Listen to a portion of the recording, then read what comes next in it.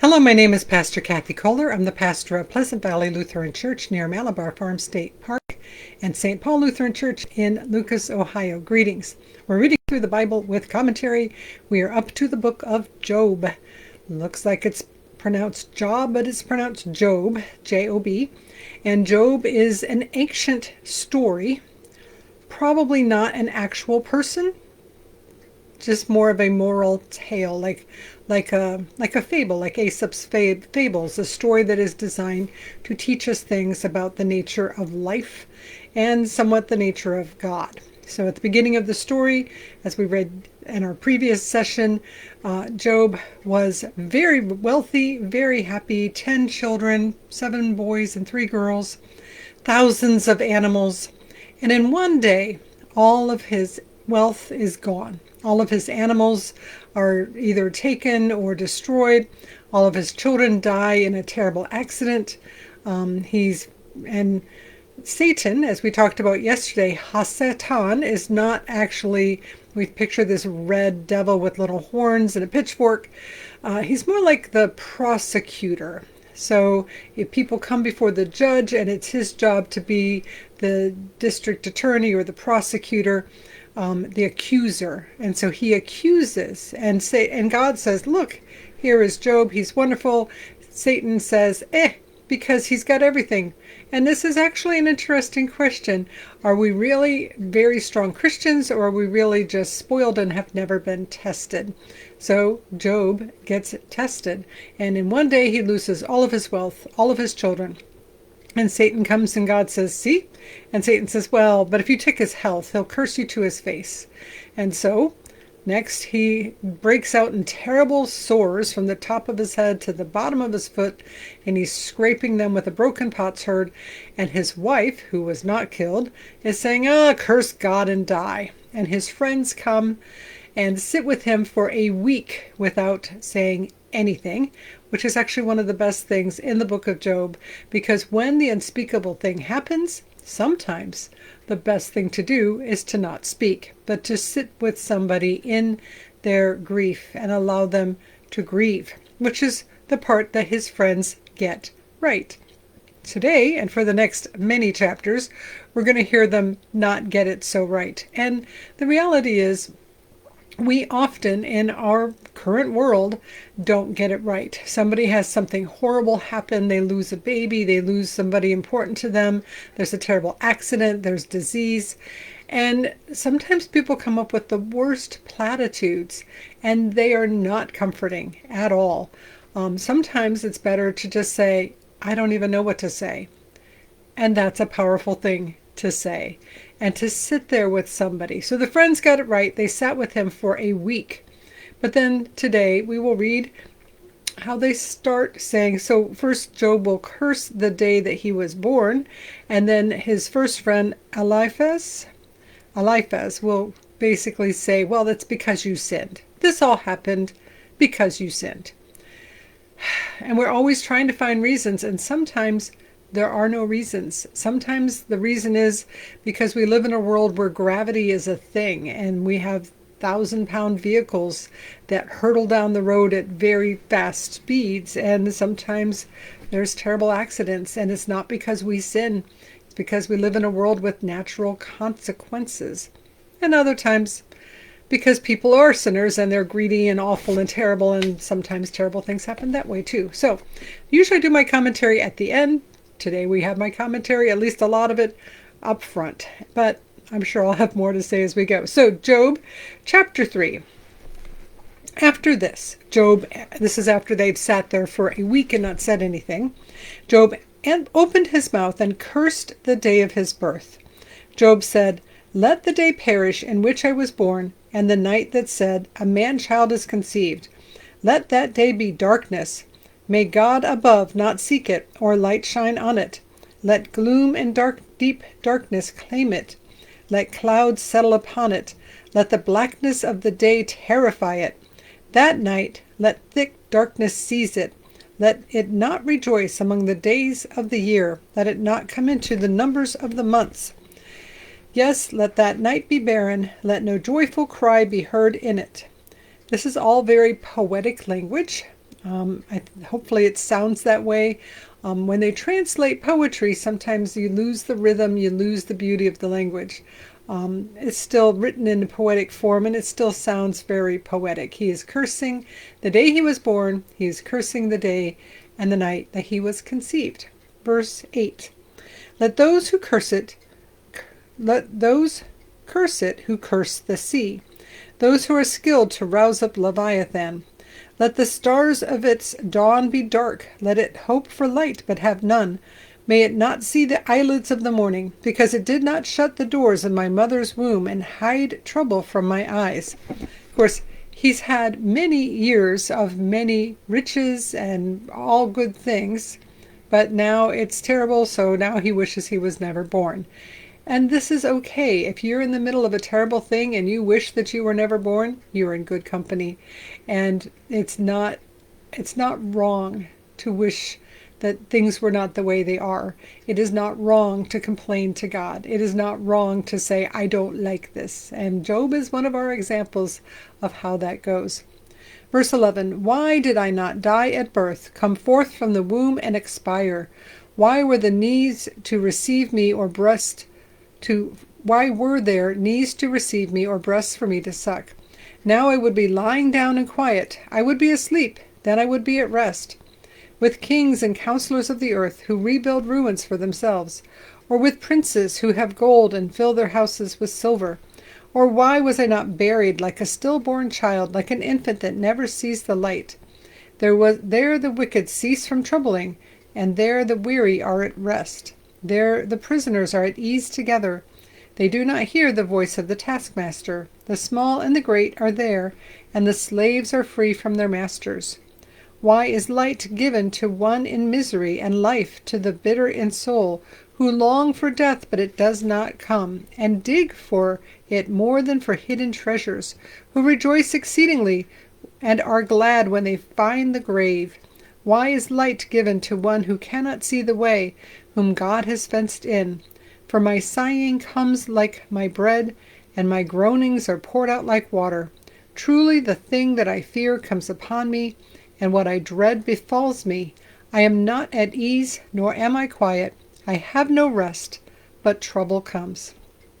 And actually I've read through this before, but it has been a while, and it's kind of interesting reading through this passage. And he's not just complaining, he's giving voice to the misery that he is feeling and how he wishes he was dead because he is so miserable.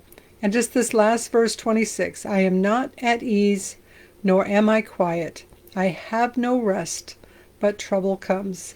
And is that not the case for many, many people? And you don't have to have everything lost to be not at rest and not quiet and not and just have not way too much anxiousness and anxiety. So now one of his friends is going to weigh in. Chapter 4.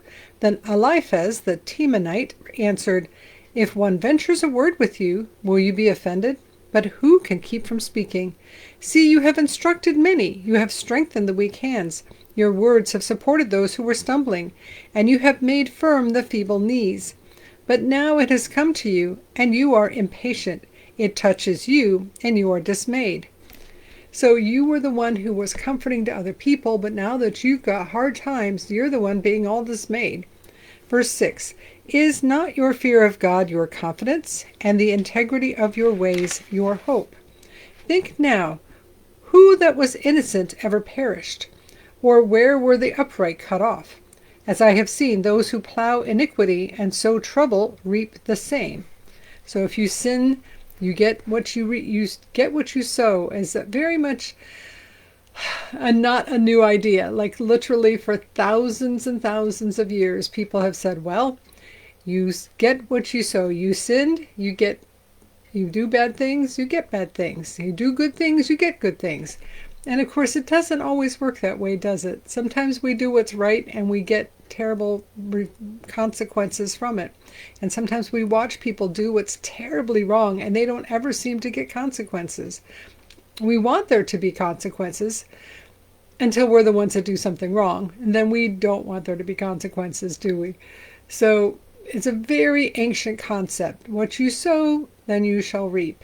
And sometimes it's true, but not always.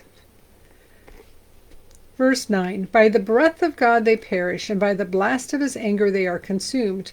The roar of the lion, the voice of the fierce lion, and the teeth of the young lions are broken. The strong lion perishes for lack of prey, and the whelps of the lioness are scattered. Verse 12, now a word came stealing to me, my ear received the whisper of it, amid thoughts from visions of the night, when deep sleep falls on mortals. Dread came upon me, and trembling, which made all my bones shake. A spirit glided past my face, the hair of my flesh bristled. It stood still, but I could not discern its appearance. A form was before my eyes.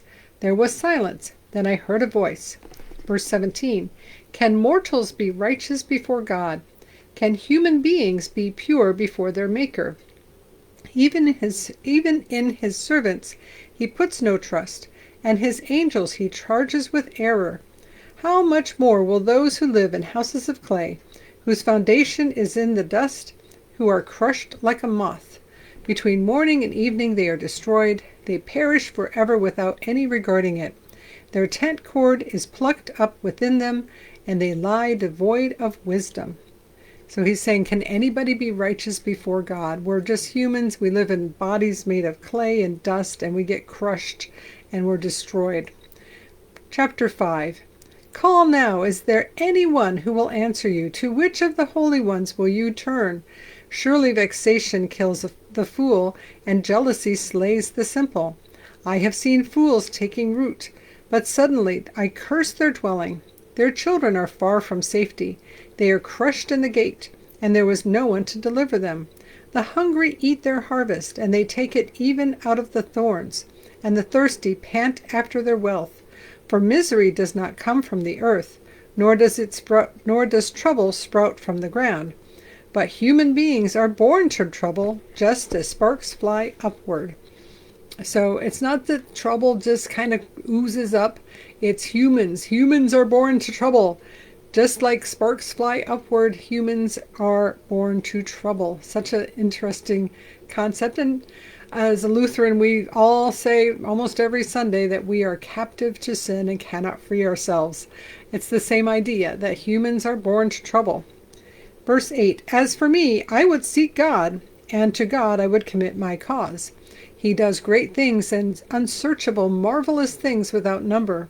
He gives rain on the earth and sends waters on the fields. He sets on high those who are lowly, and those who mourn are lifted to safety. He frustrates the devices of the crafty so that their hands achieve no success. He takes the wise in their craftiness, and the schemes of the wily are brought to a quick end. They meet with darkness in the daytime, and grope at noonday as in the night. But he saves the needy from the sword of their mouth, and from the hand of the mighty. So the poor have hope, and injustice shuts its mouth. So he's saying that God corrects people, and that the crafty, devious, terrible people, God shuts them up. And the poor people, God works for them, and they have hope because of God. And again, it does happen sometimes that the people that do evil do eventually get caught out and do eventually have consequences. But sometimes the poor stay poor and don't get justice. So sometimes it's true. But we have to wrestle with that, don't we? Verse 17, how happy is the one whom God reproves. Therefore do not despise the discipline of the Almighty. So his friend is saying to Job, God is reproving you. He's correcting you. You have been bad. You have sinned. So all of this is reproof from God. Verse 18, for he wounds, but he binds up. He strikes, but his hands heal. He will deliver you from 6 troubles. In 7, no harm shall touch you, which is a wonderful Hebraic form to say 6 and 7. When we get, oh, please, if you've got a middle schooler listening, don't tell them I just said that. When we get to Proverbs, we will hear that same format. There'll be 7 things, even 8. It's just a very formulaic way of saying, and in this case, he will deliver you from 6 troubles. In 7, no harm shall touch you. verse 20, in famine he will redeem you from death, and in war from power of the sword. You shall be hidden from the scourge of the tongue, and shall not fear destruction when it comes. At destruction and famine you shall laugh, and shall not fear the wild animals of the earth. For you shall be in league with the stones of the field, and the wild animals shall be at peace with you. You shall know that your tent is safe. You shall inspect your fold and miss nothing. Your fold is your sheepfold. So he's saying if you accept God's correction and follow God, all these good things will happen to you. Which is awfully hard if you've been following God and all these bad things have happened to you.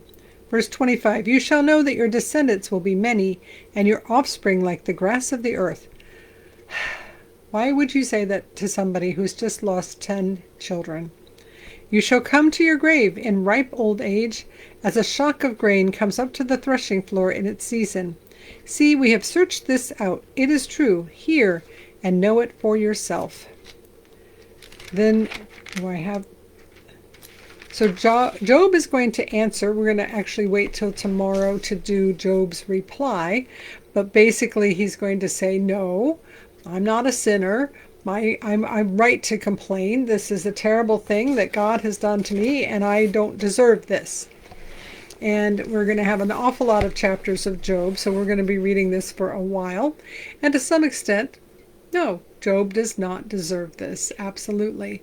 And one of the things to really consider is, besides the fact that some things are outside our control and happen for reasons that we cannot understand, I think I wanted to start with focusing on we're allowed to tell God we don't like this. We don't like this thing that we're going through. We don't like this valley that we're facing. We don't like this loss, this grief, this terrible thing that has happened. We're allowed to tell God we don't like it. And when somebody is grieving and having a really terrible stretch, to go and say, oh, well, God, blah, blah, don't try to explain. Don't try to understand. Just be there for that person. There is something incredibly powerful for showing up. And I'm a full-time hospice chaplain as well as a pastor. And sometimes people say, what does a chaplain do anyway? We show up and we're there. And number one job to do is to listen. And I listen whether somebody is complaining about how hard it is to take care of their person, or I listen when they're saying, oh, this wonderful thing has happened, good, bad, stressful, whatever it is. My first and foremost job is to be there and to show up, to listen, to pray, to put them in God's hands, to try to say words of encouragement, but not false words. Just, to say this is terrible, this is awful. I don't think it's going to last forever. But you have to watch those words of encouragement, that you're not just poofing up clouds in the sky that are fake. What they're going through is hard, and they're just going to have to keep going through that. And if you're the one going through something right now, my deepest sympathy and compassion to you.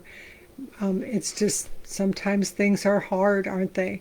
And we just have to feel those feelings and get through them to get out the other side. And most of the time, though, there is the other side. We get through that valley and we get on. Sometimes there's more valleys, but they don't last forever.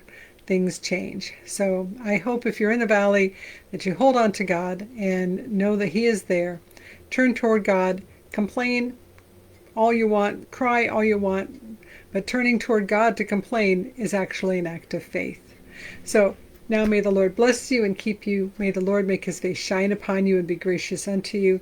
May the Lord look at you with favor and give you peace and help you be a blessing to anybody you know who's struggling, or if you yourself are struggling, turn toward God and may you find God there. In the name of the Father, and of the Son, and of the Holy Spirit. Amen. Go in peace. Like, subscribe, comment. We'll see you again next time. Thanks for being here.